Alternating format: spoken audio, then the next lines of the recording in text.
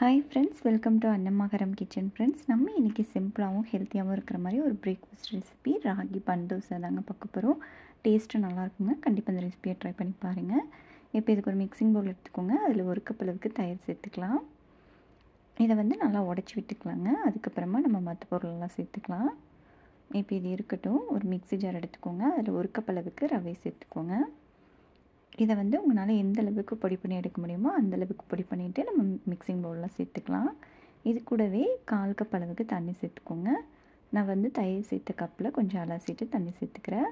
1 cup அளவுக்கு ராகி மாவு சேர்த்துக்கலாங்க. 1 கப் அளவுக்கு தண்ணி சேர்த்து இதை முதல்ல நல்லா கலந்து எடுத்துக்கலாம்.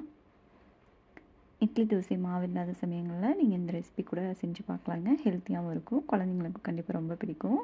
இப்போ கலந்து விட்டுட்டு இது ஒரு 15 நிமிஷம் நம்ம அப்படியே விட்டுறலாங்க. ரவை நம்மளுக்கு நல்லா ஊறி வந்துடும்.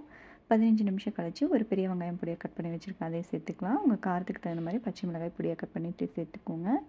ஒரு கேரட் துருவி வச்சுருக்கேங்க, அதையும் சேர்த்துக்கலாம். பொடியாக கட் பண்ண கருவேப்பிலை, ஒரு தக்காளி பொடியாக கட் பண்ணி வச்சுருக்கேன், அதையும் சேர்த்துக்கலாம். பொடியாக கட் பண்ண கொத்தமல்லி தலை சேர்த்துக்கோங்க.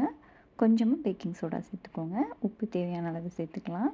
இப்போ இது கூடவே 1/2 டீஸ்பூன் அளவுக்கு சீரகம் இருந்துச்சுன்னா சேர்த்துக்கோங்க. அப்படி இல்லைன்னா நீங்கள் பொடி கூட சேர்த்துக்கலாம். நான் சீரக பொடி சேர்க்குறேன். இதை சேர்த்துட்டு நம்ம நல்லா கலந்து எடுத்துக்கலாம். இப்போ உங்களுக்கு தண்ணி எந்த அளவுக்கு தேவைப்படுதோ அதுக்கு தகுந்த மாதிரி அட்ஜஸ்ட் பண்ணி சேர்த்துக்கோங்க. நான் திரும்பவும் ஒரு 1/4 கப் எடுத்துருக்கேங்க. அதில் கொஞ்சமாக சேர்த்து தான் கலந்து விட்டுருக்கேன். பேலன்ஸ் இருக்கிற தண்ணி அப்படியே தான் இருக்குது. உங்களுக்கு எந்த அளவுக்கு வேணுமோ பார்த்துட்டு நீங்கள் சேர்த்து கலந்து விட்டுக்கோங்க. இப்போ நம்ம தோசை ஊற்றிக்கலாம். சின்ன கடாய் வச்சு 1 டீஸ்பூன் அளவுக்கு எண்ணெய் சேர்த்துட்டு உங்களுக்கு தேவையான அளவுக்கு மாவு எடுத்து சேர்த்துக்கோங்க.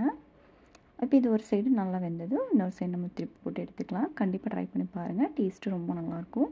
இது கூட உங்கள் விருப்பமான சட்னி வச்சு சர்வ் பண்ணிக்கலாம். தேங்காய் சட்னி நல்லாயிருக்குங்க. நான் இன்றைக்கி டிஃபன் பாக்ஸுக்கு கொடுத்து வரங்காட்டி கொத்தமல்லி புதினா போட்டு சட்னி செஞ்சுருக்கேன். செஞ்சு பார்த்துட்டு எப்படி இருந்துச்சுன்னு உங்கள் கமெண்ட்ஸை மறக்காமல் கமெண்ட் செக்ஷனில் சொல்லுங்கள். இந்த வீடியோ பிடிச்சிருந்தா நம்ம சேனல் லைக் பண்ணி சப்ஸ்கிரைப் பண்ணிக்கோங்க. உங்கள் ஃப்ரெண்ட்ஸ் அண்ட் ஃபேமிலி மெம்பர்ஸ் கூடயும் ஷேர் பண்ணுங்கள். வீடியோ பார்த்த அனைவருக்கும் நன்றி.